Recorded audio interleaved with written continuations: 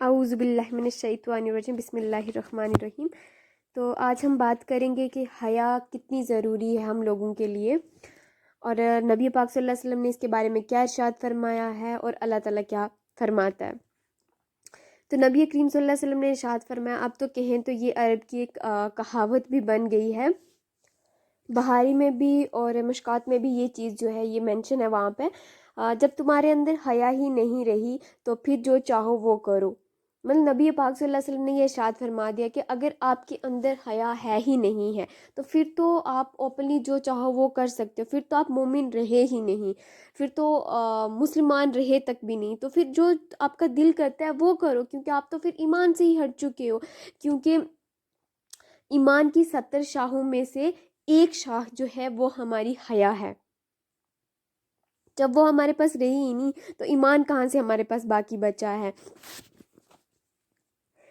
حضرت ابو ہریرہ رضی اللہ تعالیٰ عنہ سے روایت ہے کہ حضور کریم صلی اللہ علیہ وسلم نے ارشاد فرمایا کہ بے شک اللہ تعالیٰ غیرت فرماتا ہے اور بے شک ایمان والا غیرت کرتا ہے، اور اللہ تعالیٰ کی غیرت یہ ہے کہ مومن سے وہ فعل کبھی بھی سرزد نہ ہو جسے اللہ تعالیٰ نے حرام فرمایا ہے۔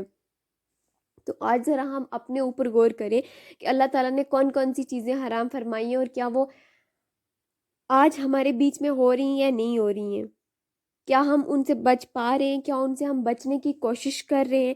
ہمیں کوئی پتہ نہیں ہے کہ ہمارا لباس کیا ہے، ہم کیا پہن کے باہر نکل رہے ہیں، ہماری طرف کتنے لوگوں کی اٹریکشنز جو ہے وہ آ رہی ہیں، لیکن ہمیں اس چیز کا کوئی خیال نہیں ہے۔ کتنی نظریں، گندی نظریں ہم لوگوں پہ پڑ رہی ہیں، کسی کو کوئی خیال نہیں ہے۔ ہماری بیٹی کس حال میں ہے، ہماری بیوی کس حال میں باہر نکل رہی ہے، ہماری بہن، ہماری ماں کن کپڑوں میں باہر نکل رہی ہیں، ہمیں اس طرح کا کوئی دماغ میں بات تک بھی نہیں آتی ہے۔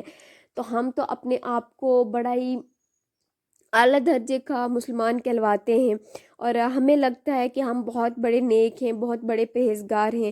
تو میری آپ لوگوں سے یہ درخواست ہے کہ آپ لوگ پلیز ایک بار اس چیز کو دیکھیں کہ کیا ہمارے اندر تھوڑی سی بھی غیرت بچی ہے، کیا ہم اپنے گھروں میں اس طرح کا ماحول بنا کے بیٹھے ہیں کہ اگر کوئی ہم سے غلط کام ہو جاتا ہے تو کیا وہ اپنے بچوں کے سامنے اس طرح سے لا رہے ہیں کہ اگر ہم سے کوئی غلطی ہو جائے تو ہم ان سے معافی مانگیں، یا ان کو یہ سکھائیں کہ جب بھی کبھی ہم سے گناہ ہو جائے تو اللہ کے حضور گڑ گڑا کر ہمیں معافی مانگنی چاہیے، اور پھر اس کے بعد توبہ کرنی چاہیے اور واپس اس گناہ کی طرف پلٹنا بھی نہیں چاہیے۔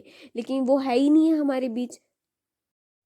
اسلام دین فطرت ہے اور انسان کو ایسے طریقے بتاتا ہے جو وہ انسان کو کامیابی کی طرف لے کے جاتا ہے اور وہ اپنی منزل تک پہنچ جاتا ہے۔ اگر ہم دین سے ہٹ جائیں گے تو کیا ہم کامیاب رہیں گے؟ یہ تو ایک چھوٹا سا سفر ہے، ہماری منزل کا ایک چھوٹا سا حصہ ہے جو ہم ابھی گزار رہے ہیں یہ زندگی، ہماری منزل تو آخرت ہے۔ حیا اتنی امپورٹنٹ ہے ہمارے دین کے اندر، اتنی زیادہ اس کی اہمیت ہے کہ حضور اکرم صلی اللہ علیہ وسلم نے ارشاد فرمایا ہے کہ ایمان کا جز قرار دیا ہے کس کو؟ حیا کو۔ وہ کیا ارشاد فرماتے ہیں؟ وہ فرماتے ہیں کہ جس کے اندر ایمان نہیں ہے وہ اسلام کے دائرے سے بھی باہر ہو جاتا ہے۔ جو اس کا من کرے گا وہ کرے، اس کے اوپر آپ اس کو منع نہیں کر سکتے، اس کے اوپر کسی بھی طرح کی کوئی زور زبردستی ہم کر ہی نہیں سکتے۔ کیوں؟ کیونکہ اس کے اندر ایمان ہی نہیں رہا۔ تو اس کا مطلب تو یہ ہو گیا کہ وہ ایمان سے باہر ہو گیا، اسلام سے باہر ہو گیا، اس کو تو حیا ہی نہیں۔ کیونکہ جس کے اندر اسلام ہوگا، جس کے اندر تھوڑی سی بھی حیا بچی ہوگی تو وہ ایسا کوئی کام نہیں کرے گا جس سے اللہ اور اللہ کے رسول اس سے ناراض ہو جائیں۔ آپ دیکھیں کہ قرآن مجید میں ہمیں کتنی اچھی اگزامپل ملتی ہے کہ حضرت شعیب علیہ السلام کی بیٹی جب حضرت موسیٰ علیہ السلام کو بلانے کے لیے آتی ہے تو ان کی چال ڈال میں بہت زیادہ درمیانہ روی تھی، بہت زیادہ نرمی تھی، اور اللہ تعالیٰ کو ان کا وہ شرمیلا پن جو تھا وہ اتنا اچھا لگا کہ قرآن مجید میں بھی اس کا تذکرہ آ گیا، کیونکہ وہ ایمان والی تھی اور وہ اپنی نگاہوں کو اونچا کر کے حضرت موسیٰ علیہ السلام کی طرف انہوں نے دیکھا تک بھی نہیں، ان کو کس طرح سے ان کو بلایا گیا ہے، کیوں؟ کیونکہ ان کے اندر ایمان تھا۔ آج ہم بلاتے ہیں کسی کو تو دیکھنا ذرا ہماری نظروں میں وہ حیا باقی ہے؟ جب باحیا انسان کی گفتگو اتنی اچھی اللہ تعالیٰ کو لگی، اتنی پسند کی گئی اس چیز کو، تو اس کا کردار کتنا مقبول ہوگا اللہ تعالیٰ کی نظر میں۔ جو شخص حیا جیسی نعمت سے محروم ہو جاتا ہے نا، وہ حقیقت میں مطلب کیا بولوں میں، اب میرے پاس وہ الفاظ ہی نہیں ہیں جو میں آپ کو بیان کر سکوں۔ حیا مومن کی فطرت ہے، اس لیے جس مومن میں حیا نہ ہو تو سمجھ لو کہ اس کے درخت کا ایمان کا جو ایک شاہ ہے نا وہ کٹ چکی ہے اس درخت میں سے، تو اس سے بات کرنا ہی فضول ہو جاتا۔ جو میں نے پہلے آپ کو حدیث بیان کی تھی شروعات میں، اور جو قرآن پاک میں آیا ہے حضرت موسیٰ علیہ الصلوۃ والسلام کی بیوی کا تذکرہ، تو اس سے تو کیا معلوم ہوا، یہی ہوا نا کہ بے حیا انسان جو ہے وہ کچھ بھی نہیں ہے۔ اس کی جو حیا والا انسان ہے نا، اس کی زندگی کتنی مطلب میں بولوں تو کتنی معیار کی مانند ہوتی ہے۔ حیا میں ہی وہ صفت ہے جس کی وجہ سے انسان پاکیزگی، پاک دامنی کی زندگی گزارتا ہے، بلکہ شرم و حیا انسانی زندگی کے لیے نا ایک ضروری حیثیت رکھتی ہے، کیونکہ جس کے اندر سے یہ چیپٹر کلوز ہو گیا نا، اس کے اندر کچھ بھی باقی نہیں بچا ہے۔ تو آج کے اگر معاشرے کی بات کریں تو یہ تو مجھے لگتا ہے کہ یہ والا چیپٹر جو ہے نا ہماری شرم و حیا کا، یہ کہیں پہ بھی بچا ہوا نہیں ہے۔ تو ہمیں کوشش کرنی چاہیے کہ اس کو واپس سے اپنے سلیبس میں انکلوڈ کیا جائے۔ حیا میں نا آپ دیکھیں گے کہ صرف اور صرف اس میں آپ کو خیر ہی ملے گی۔ میں تو یہاں تک بولوں گی کہ اگر آپ حیا کو لے کے آتے ہو نا اپنی زندگی میں، تو وہ پوری کی پوری خیر ہی ہے ہمارے لیے۔ جتنی انسان کے اندر شرم و حیا آتی ہے نا، اتنا اس کا مرتبہ اللہ کی نظر میں بڑھتا ہے، اتنا وہ اللہ کے قریب ہوتا رہتا ہے، اتنا اس کی زندگی میں سکون ملتا ہے، اور وہ اللہ سے اور زیادہ اس کو محبت ہونے لگ جاتی ہے۔ اس کو لگتا ہے کہ میں بالکل اس کام کے پاس نہ جاؤں، اس چیز کے پاس بھی نہ جاؤں جو اللہ تعالیٰ نے ایک بار حرام ہمارے لیے فرما دی ہے۔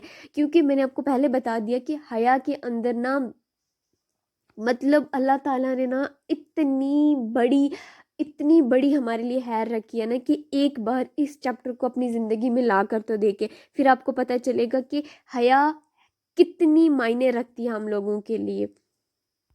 آج ہمارے بیچ میں حیا ہے، لیکن پتہ ہے کیا، ہم یہ کام کریں گے تو لوگ ہمارے بارے میں کیا کہیں گے، ہمیں لوگ کیا کہیں گے، لوگ ہمیں کیا کمنٹ پاس کریں گے۔ لوگوں کے ویوز کی تو ہمیں پڑی ہوئی ہے کہ لوگ ہمیں کیا ویوز دیتے ہیں اس چیز کے اوپر، یہ کام کرتے، لیکن کبھی یہ نہیں سوچا کہ اللہ تعالیٰ نے جس کام سے ہمیں منع کر دیا ہے وہ کام پھر بھی ہم کر رہے ہیں، تو اللہ تعالیٰ کتنا ناراض ہو رہے ہوں گے ہم سے۔ کبھی یہ خیال ہمارے دل و دماغ میں آیا ہے کیا اللہ تعالیٰ نے جن برے کاموں سے ہمیں روک دیا ہے، کیا کبھی ہم سے وہ کام سرزد ہو جاتے؟ کیونکہ انسان تو بنا ہی ہے اس طرح کا کہ اس سے غلطی سرزد ہوتی ہی ہوتی ہے۔ تو اگر وہ اللہ کے حضور گڑ گڑا کر معافی مانگے گا تو کیا اللہ تعالیٰ اس کو معاف نہیں کریں گے؟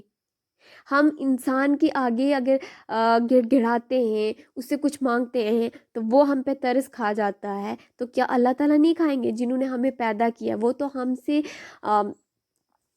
99% زیادہ جو ہے وہ ایک ماں سے زیادہ وہ ہم سے محبت کرتے ہیں، تو ماں کا تو 1% ہے۔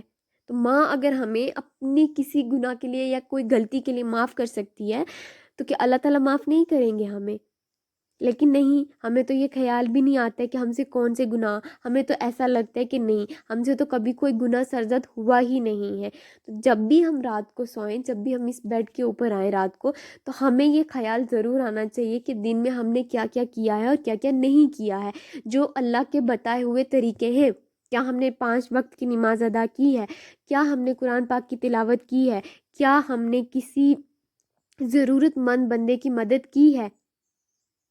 کیا ہم اب آپ نظر دوڑائیں کہ ہم نے وہ کون سے کام کیے ہیں جو اللہ نے ہمیں روکا تھا ان کاموں سے، لیکن وہ بھی ہم نے کر لیے، تو پھر اٹھ کے 2 رکعت نماز نوافل ادا کر کے اللہ تعالیٰ سے توبہ کریں اور معافی مانگیں، تو اللہ تعالیٰ ضرور آپ کو معاف کریں گے، اور توبہ کریں کہ واپس کبھی وہ غلطی آپ نہیں کریں گے، وہ گناہ کبھی بھی نہیں کریں گے، اس گناہ کے قریب بھی نہیں جائیں گے، کیونکہ آج کا ماحول اس طرح کا بن چکا ہے کہ ہم اپنے آپ کو جتنا بھی روکیں کبھی نہ کبھی ہم اس ماحول میں چلے جاتے ہیں۔ پھر بھی ہمیں اپنے آپ کو روکنا چاہیے، اپنے بچوں کو روکنا چاہیے، اور ان کو بتانا چاہیے کہ اللہ کے کیا کیا احکام ہیں اور کن چیزوں سے ہمیں روکا گیا ہے، اور ان چیزوں سے ہم کیسے بچ سکتے ہیں۔ آج کل کے میڈیا کے ٹائم میں ہمیں ان چیزوں سے کیسے بچنا ہے، یہ چیزیں اگر آپ لوگ خود اپنے بچوں کو نہیں بتائیں گے، کوئی تیسرا نہیں بتائے گا۔ یہ نہ ہو کہ کل یہی اولاد آپ کے لیے جہنم کی آگ وہاں تیار کر کے بیٹھ جائے۔ تو اللہ کے لیے آپ اس چیز سے بچیں اور اپنے بچوں کو بھی بچائیں، اور مجھے دعاؤں میں ضرور یاد رکھیے گا۔ اللہ حافظ۔